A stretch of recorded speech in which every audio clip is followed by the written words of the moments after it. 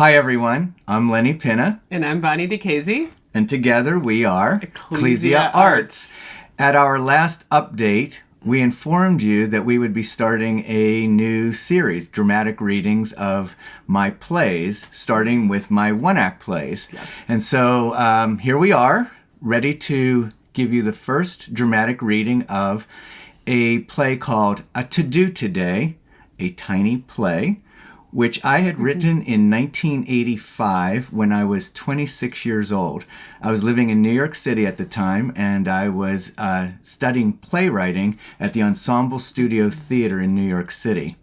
And I'll just say that the impetus for this play was that I was sitting in, I believe it was a McDonald's at the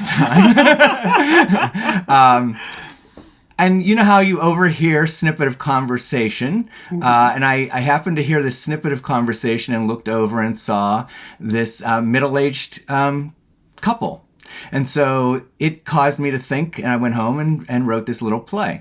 So I will tell you that snippet of conversation after the play to know what was the impetus. So without further ado, Bonnie and I are going to perform a dramatic reading of Tadoo Today, a tiny play.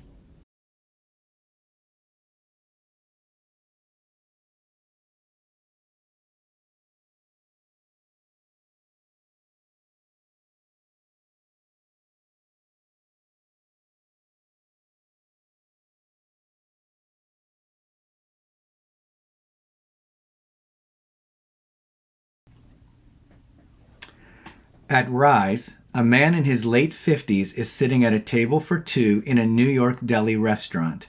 It is a quiet little corner where the man appears to be at home. Two paper coffee cups are sitting on the tabletop, his with the lid off, another with the lid on, placed as if another person is present. Two empty non-dairy creamers are in the ashtray. The man sits thinking to himself. A woman of the same age arrives, quietly flustered. She sits at her saved place. How long were you waiting? The usual. Good. I thought I was later than usual. Your coffee's ready. 2 creams? No sugar. I couldn't get my hair to lie. I just thought it was the new hairdo you were to get yesterday. Yes, but look at the color. It looks different. She had the nerve to charge me $40. You could do a better job yourself. I know. If you couldn't reach the back, I could do it for you. It's the cut that's off. You could cut it better yourself. Of course, we all could. We know our hair better. If you couldn't reach the back, I could cut it for you. Don't be afraid to let them cut the top of your hair. You need that cut. Yes, I should get the top cut shorter to balance the size, wouldn't you say? Yes, let them cut the top. You know why? I was used to leaving it longer to cover the receding hairline here. But you're older now. You don't have anything to hide now. You think so? Definitely. Cut it shorter. You're right. I'll cut it today. How was your clarinet lesson yesterday? I quit. It's okay. You weren't doing that well anyway. The clarinet I bought from her didn't work right. It was old. She had the nerve to charge you for something that wouldn't blow. But I learned something. I learned so much from that instrument, those lessons. I learned that, yes, I could not play an instrument, but that I should have started when I was a teenager. Well, it's good you found out now, before it's too late. Yes. I'd like to play an instrument. Possibly the clarinet. It has to be an instrument you can blow. You should have started young. You'd be playing by now. We never had anything. I never had the opportunity. I did. I had a good life when I was younger. After 15, I had a great life. Why didn't you play the clarinet? I had a good life without it. Now you want it. Now I can't. What time is it? 25 after? You have to go. I've got 5 minutes. Enjoy your coffee. Take your time. We should think ahead and look back at ourselves today and do now what we know we'll want to do in the future so when we get there, it won't be too late. That's good. You should study philosophy. What do you want to do in the future? I don't know. That's a silly question. Think. Go to heaven. Oh, so what do you do today to get there? Die? Good. I mean, that's good thinking. But I don't want to die today. I didn't want to play the clarinet either. Should I commit suicide? No, please don't do that. I wouldn't dream of it. Maybe there's another way. Maybe your philosophy doesn't work after all. It works. It has to work. Can I prove it to you? Go ahead, I've got 3 minutes. Ask me what I want to do in the future. Just tell me. No. No, don't. I don't want to know. Can I ask a question? Maybe tomorrow. Why not today? Don't frighten me today. I'll be late for work.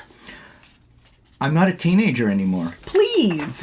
I found out I can't play the clarinet, and I'm getting the top of my hair cut off. I can't wait any longer. I'll come earlier tomorrow. I promise. I'll wake up extra early and my hair will be perfect. Please let me ask it.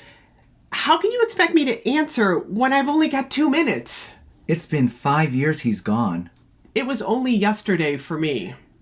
I may not want to tomorrow. Have you considered that? I might give you the wrong answer if you ask me today. You can answer me tomorrow. I don't want to answer a day later. I want to answer on time. Just ask me tomorrow. I've got to ask today. Please. Will you marry me? Not today, I said! Now I'm gonna be late for work. You're never late for work. I'm always late. I walk you to the front door every day.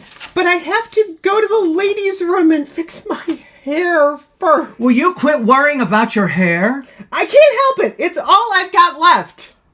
I'll pay for things. You won't have to work. And even that's not real anymore. I have to tint it. So what? I hide my hairline, you hide your grays. I'm just like your old secondhand clarinet. What if you find out I don't blow anymore?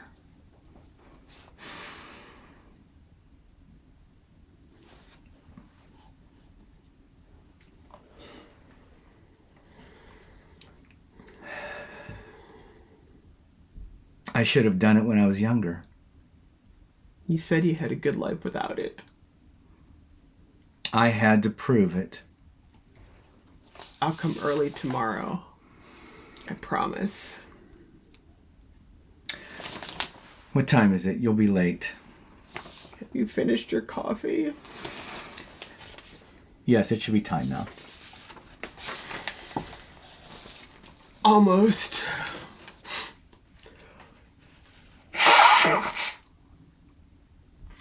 Could you take my cup away? Man takes both cups, stands, walks to garbage disposal and throws away cups and returns. I'll walk you to work. Woman gathers herself, touches her hair, and stands. I wish I was going to heaven instead. Man begins to move toward the door. He holds it open for her. They exit onto the bustling Manhattan street. End of play. Well, I hope you enjoyed our first presentation. I want to thank Bonnie for debuting in my play for the first time. And I want to thank Lenny for believing in me enough to let me read his play because I'm not a trained actress. What's funny is I told you I wrote this play when I was 26, and here I am. Well, you too, but here I am, the age of the characters that I observed back then. Exactly. And so it's fun to be reading that. And so I will now reveal the snippet of conversation that I overheard that led to this play. And it was the woman saying, "How was your clarinet lesson yesterday?" And the man said, "I quit." And she replied, "It's okay, you weren't doing that well anyway." When I heard those lines, I thought, there is something about their relationship that I just feel and have to investigate. And I went home and wrote this little play. And that's so exciting that you actually took that little snippet and you were able to write this. I mean, when I read this, I was like, that's a really well-structured short play. Because it's hard to write short. It's harder to write short than it is long, actually. Yeah, it actually is, to be concise. But I really am pleased that I felt like a world happened in this 10 to 15-minute play. Yes. We really look forward to hearing what your comments are about this play and what you detected, and your thought about the fact that this was written in 1985 and how it does resonate how today. well it Yes. plays today. I'm thinking it's universal, so I hope to hear from you and your thoughts, and we'll look forward to the next time when we present another one-act play. So thanks for joining us again. Thanks, everyone. Bye-bye. Ciao.